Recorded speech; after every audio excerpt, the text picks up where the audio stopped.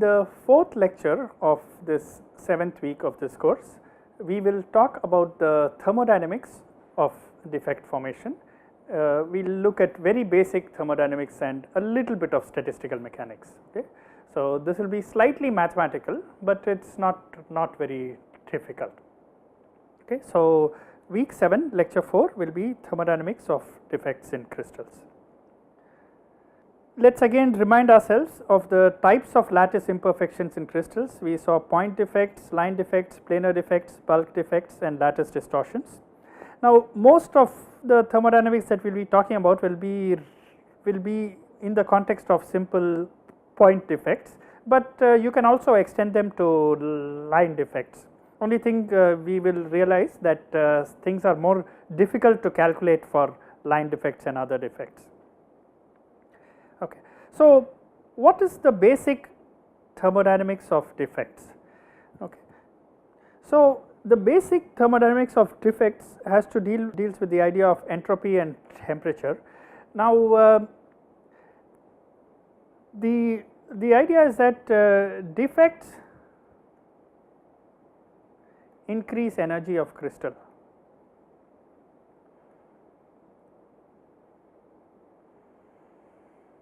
Energy of crystal. Okay, that means they are energetically unfavorable.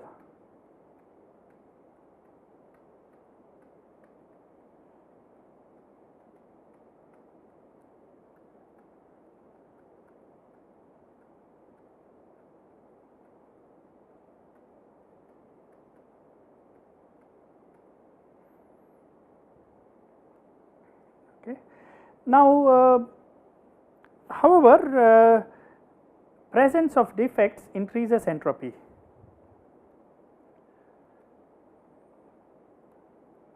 Presence of defects increases entropy. Entropy of crystal, that means entropically favorable. So, you want to have higher entropy and you want to have lower energy. Okay. So, defects increase the energy, so they are energetically unfavorable, but they are entropically favorable.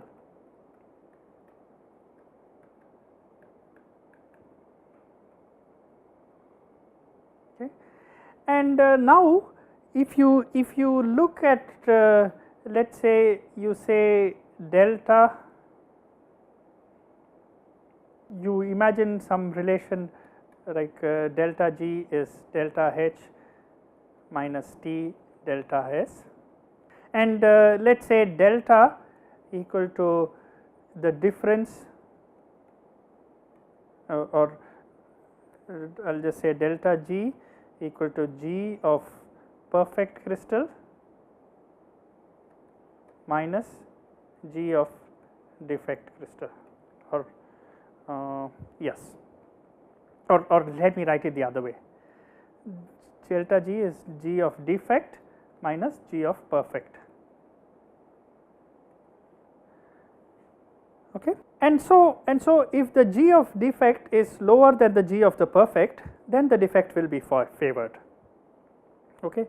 And what we realize is that if you write in this way, then you have delta H is equal to enthalpy of the defected crystal of the crystal with a defect minus the enthalpy of a perfect crystal, and we know that the enthalpy or the energy of a defected crystal will be higher than that of a perfect crystal. So, this is greater than 0. Okay. And similarly, delta S, which is entropy of a defected crystal minus entropy of a perfect crystal, this will be less than 0. Oh no, sorry, this will also be greater than 0. So, the defected crystal also has higher entropy. Okay. And so, what that means is that if your temperature is very low, okay, then the effect of enthalpy will be negligible. Okay, and so delta G will be greater than 0. So, defects will not be favored. Okay. So, at low temperature you will have very few defects, at high temperature you will have more defects. So, so this implies more defects. Let me write it in a different color, more defects at higher temperatures. So, physically you can understand this. You can imagine that you have this crystal where all the atoms are at their perfect lattice positions, and they are forming as you heat the crystal, okay, then the atoms start vibrating a little bit from their lattice position. As you heat it more and more, then they start vibrating more and more, and at some point they start leaving their lattice position and they start forming defects. Okay. And so, as you increase the temperature more and more, you will have more and more defects. Okay. And so all this intuitively agrees with our idea of defects and of having more defects at higher temperature. Now, let us look at this idea of entropy. Okay. I said that the presence of defects increases the entropy. Now, how do we understand this? How do we understand this statement that the presence of defects increases the entropy? Okay. To understand this, we need the idea of what is called configurational entropy.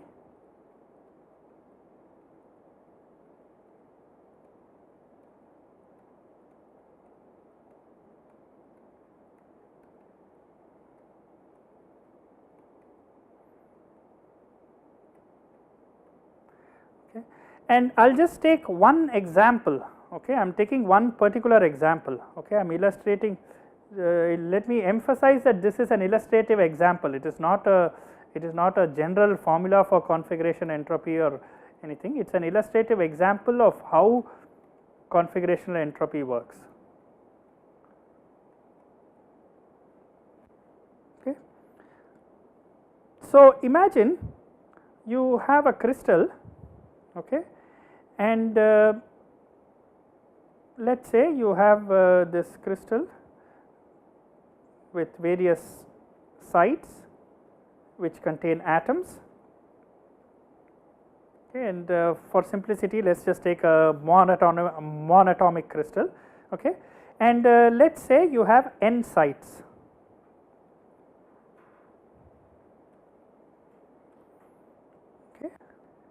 So, there are a total of n sites. Okay. Now, so this crystal has a total of n sites. Okay. And now, if each of those is occupied by an atom, okay, then you will have a configuration where there is no vacancy. Okay. Now, suppose I say that there is one vacancy in the crystal. Now, consider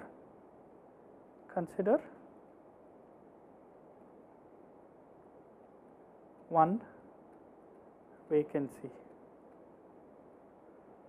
only one vacancy. Okay. Now, immediately you will say that okay, this vacancy can be in any of the n sites.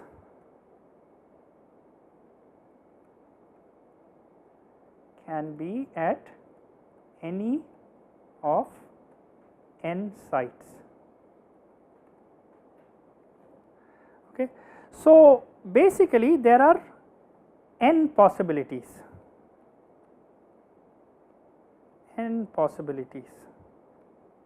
Okay, I am using the word possibilities a little loosely.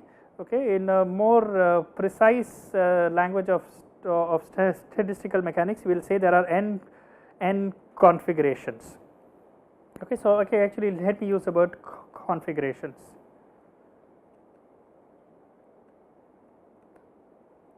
Okay, so if you have just one vacancy, as you said, it can be in any of these n sites. So there are n configurations, and you can see what will happen if you have two vacancies. Okay, you can choose one of them from from the n configurations, the other one from the remaining n minus 1 configurations, okay. And obviously their order does not differ. So, you have total of n choose 2 configurations. So, it is a usual combinatorial factor.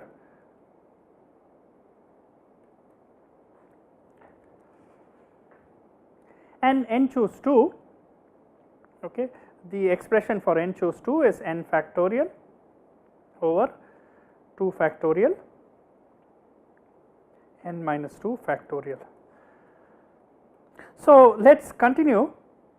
Now, suppose you have m vacancies.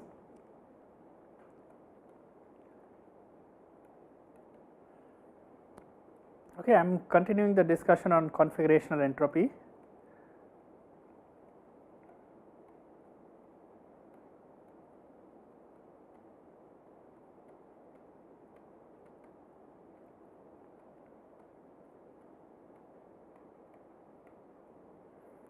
Suppose you have n vacancies, then the number of choices is number of configurations is n choose m configurations.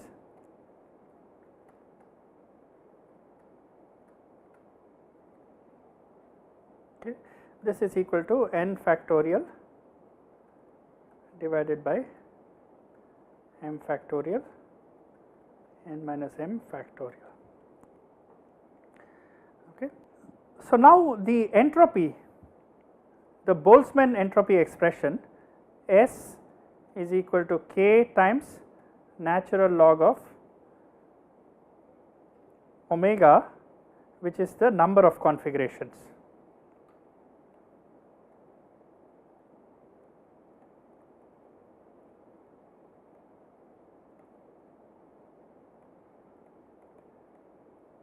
Okay. And so basically, if you have a configuration with m vacancies, okay, a configuration with m vacancies will have an entropy of I should write this Kb, this is Boltzmann constant. So, this is Kb natural log of, now the number of configurations is n factorial divided by m factorial.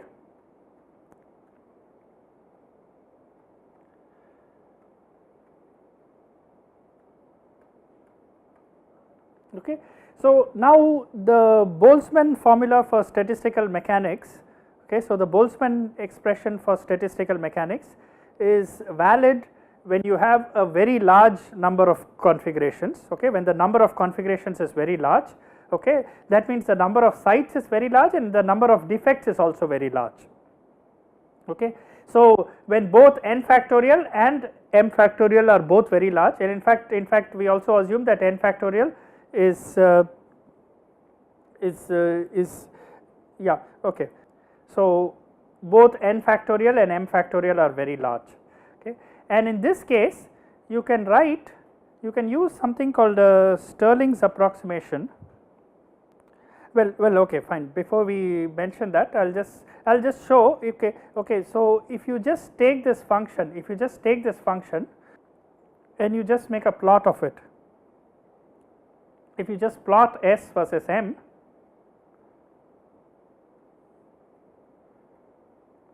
okay, when m equal to 0, then S is, then basically you have natural log of 1, which is 0. So, entropy is 0, there is only one configuration. Okay. So, you start at 0, then it increases with m, okay, it keeps increasing with m. Okay, and it reaches maximum when m equal to n by 2.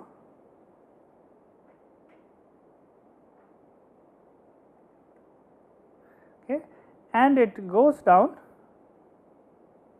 and again goes to 0 when at n. In fact, it is a perfectly symmetric. It's a usual binomial distribution. Okay, this is S of m as a function of m. Okay.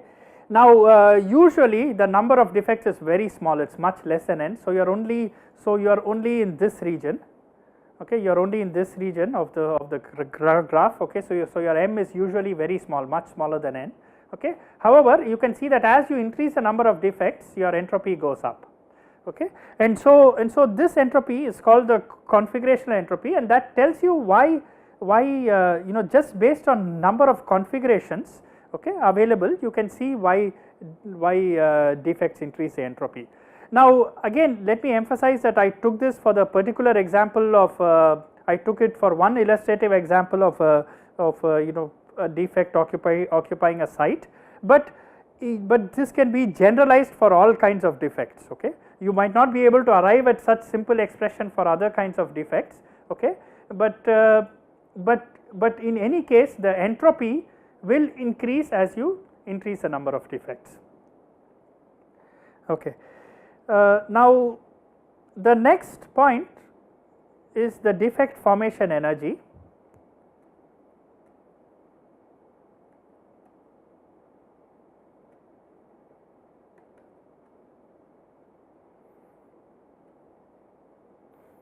I will call it ED, okay. This is the energy of crystal, or you can say energy of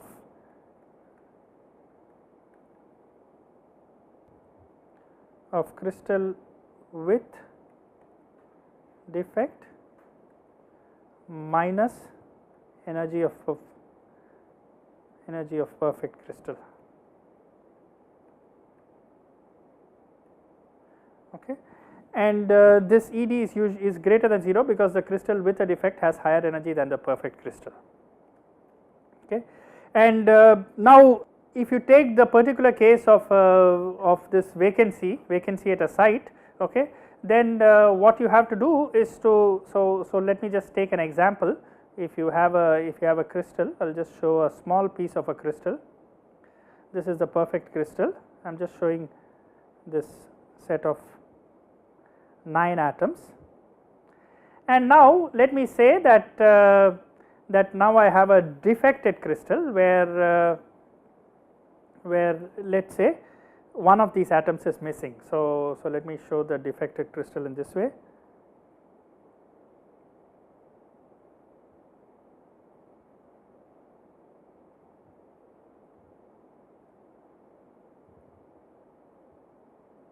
So I say that one of these atoms is missing. I am just showing a small piece of a crystal, okay. So you should imagine that the crystal is extending in all directions, and this is just one part of the crystal. Here there is a defect, okay. Now what I am showing in red is the missing atom, okay. Now obviously because of this missing atom, there will be some you know, the interactions of the crystal that were there in the perfect crystal. So in the perfect crystal, these two atoms were interacting with each other, these were interacting with each other, these were interacting with each other, and that was what was holding the crystal together, okay. Now when you don't have this, okay, you don't have all those attractive interactions, so it's actually energetically less stable and its energy is higher, okay. And now you can see that you know, how do you no simple way to calculate defect formation energy, okay. So no obvious way.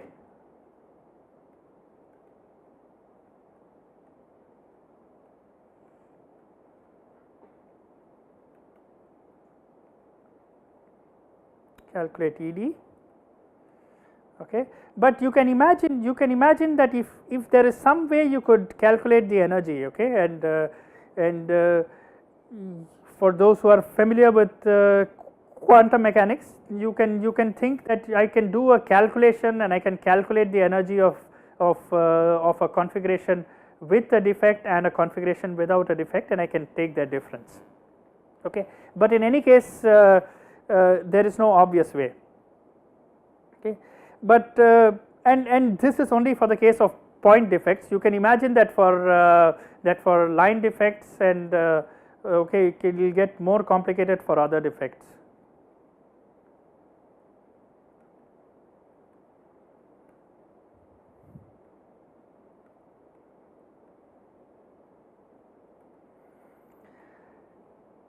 Okay. So, but then having this idea of defect formation energy is extremely useful. Okay. No obvious way to calculate it, okay, nor is there an obvious way to measure it, okay, but there is something that you can get from this defect formation energy, something that you can that you can relate the defect formation energy to. Okay. That is the following. You can relate, you can use something called a Boltzmann factor, okay, and relate this and connect this defect formation energy to defect concentration. Okay. So, the idea is that your defect formation energy, so ED is from here you go to number of defects, this is number of defects.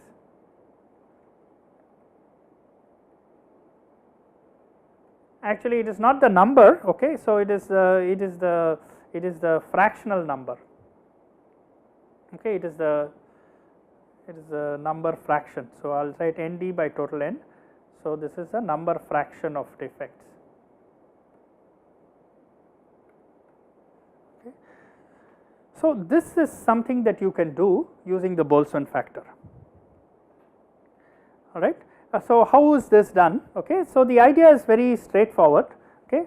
What the Boltzmann factor says is that if you have a configuration of energy ED higher okay, so if you have two configurations, okay, and if you have N1 of energy E1 and N2 of energy E2, okay. So, let us say you have N1 is the number of configurations with energy E1 and N2 is the number of configurations at energy E2, okay, and let us say the whole thing is at equilibrium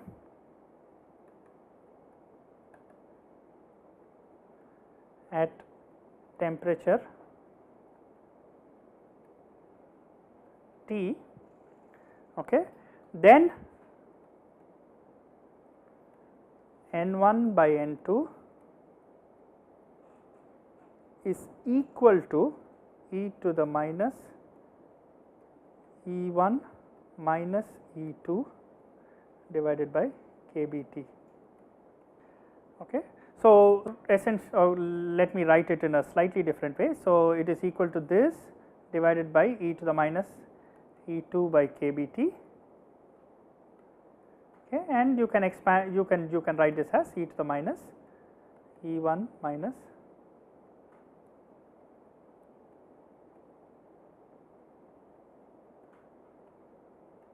okay. So, this is the Boltzmann factor that comes from thermodynamics, okay, from statistical mechanics.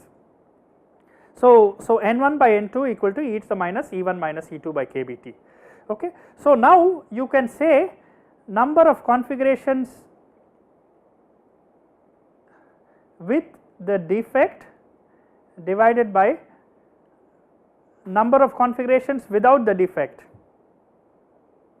So, number of configurations without the defect is N minus ND, okay. This is equal to e to the minus, now the difference in energy of a configuration with a defect and without the defect is just ED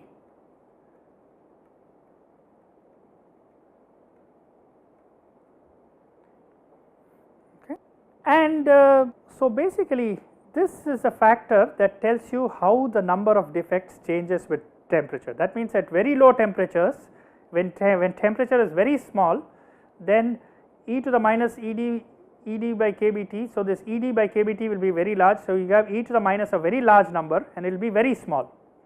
When temperature is very large, e to the minus this will go to 0. So, this will go to 1. So, so the number of defects will be large. Okay. In fact, we usually work. So, usually ND is much less than N. Okay. So, the defects are very few. Okay. They are usually in parts per million or even smaller, parts per billion. Okay. And so, because ND is much less than N, you can just write this as n d by n. Okay, this n minus n d, I just replace it by n, that is very close to n. Okay, so this is equal to e to the minus e d by k b t. Okay, so the fractional population of defects is proportional to e d by k b t. Okay, so this Boltzmann factor actually relates the defect formation energy to the defect concentrations. Okay, and notice that this way we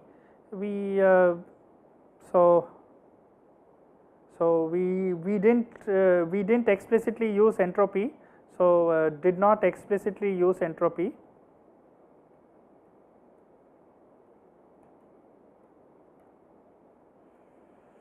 Use entropy. Okay, and in fact the fact that we are using the Boltzmann distribution automatically implies that we are using entropy, but we didn't have to go through that entropy calculation that we did in the other case. So we could just use the defect formation energy and use temperature to estimate the fraction of defects. Okay, so now let's use this for one particular for two particular examples. We will use it for the Schottky defect and the Frenkel defect. Okay. Now you should keep in mind that each of these defects, okay, have slightly different origin. Okay, and in a Schottky defect, okay, so let's first take the example of a Schottky defect. Okay, so if you take the Schottky defect and let's take an example in NaCl. So then what would happen is that a sodium atom at a crystal site, okay, and a chlorine atom also at a crystal site will have to leave their crystal sites and go to the surface. Okay, so one sodium and one Cl atom leaves its site, leaves their sites, leave one Cl and one Cl atom leave their sites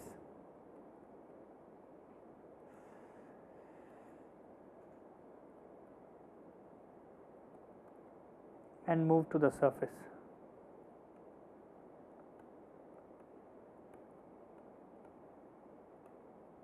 Surface sites, I will just say surface sites.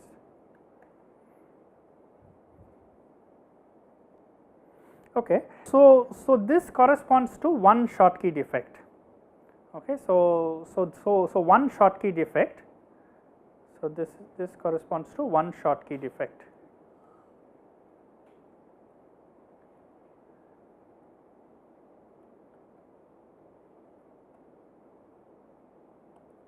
So one Schottky defect corresponds to one sodium defect and one chloride defect. Okay, so now if you look at this in the following way, you look at this as a sodium at the lattice site plus chloride at the lattice site. Okay, so I'll just say crystal. Okay, so there is sodium and chloride at their proper crystal sites. Okay, and these are going to sodium plus at the surface and chloride minus at the surface. Okay, so this is what is happening. Okay, and then you form those two defects. All right, and if you look at this as an equilibrium reaction, okay, then the equilibrium constant K is given by number of sodium at the surface, which is the number of vacancies. Okay, so number of defects, number of chloride at the surface, which is it is also the number of defects, okay, divided by number of sodium plus at crystal site, okay, which is just n minus nd, and n minus nd is the number of chlorides at their crystal sites. Okay, so the equilibrium constant can be written in this way. Okay, and again if we assume that Nd is less than 1, okay, less than Nd is much smaller than n, this is approximately Nd by n square. Okay, and you can use the relation that so what this will eventually lead to. Okay, I mean if you can work this out in the following way. You can write that delta G is equal to minus RT ln K. Okay, and you can use this to write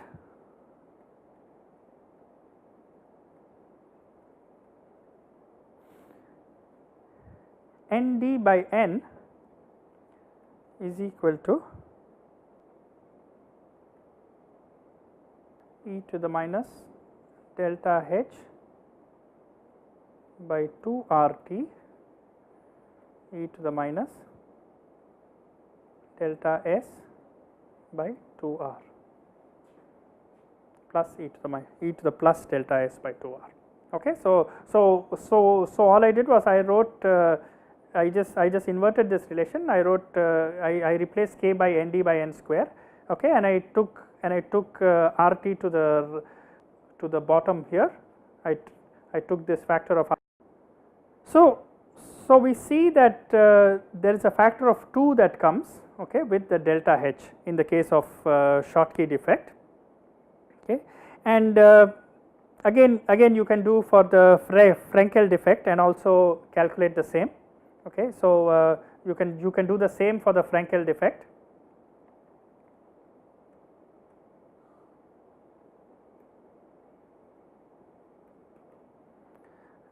Again in this case you'll get you'll get exactly the same factor. Okay, but in this case you have a let me take the case of AgCl. So you have an Ag which is in the lattice in the crystal site, and you have a vacancy in the interstitial site. Okay, so this is a vacancy or a vacancy in interstitial site. Okay, and this is going to Ag in the interstitial site.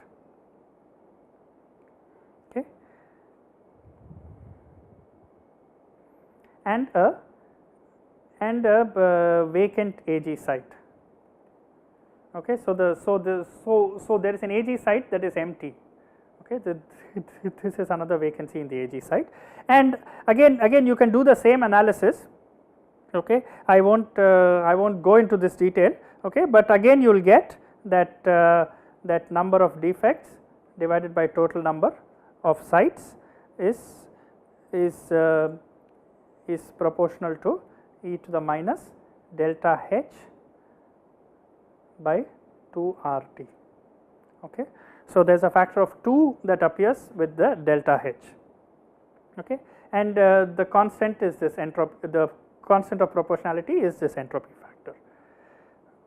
Okay, so with this I will conclude this lecture. Okay, and you can actually use thermodynamics very effectively to calculate the fraction of defects, and we will see this in some exercises. So in the last lecture I will summarize what we learnt in the 7th week and do some practice problems. Thank you.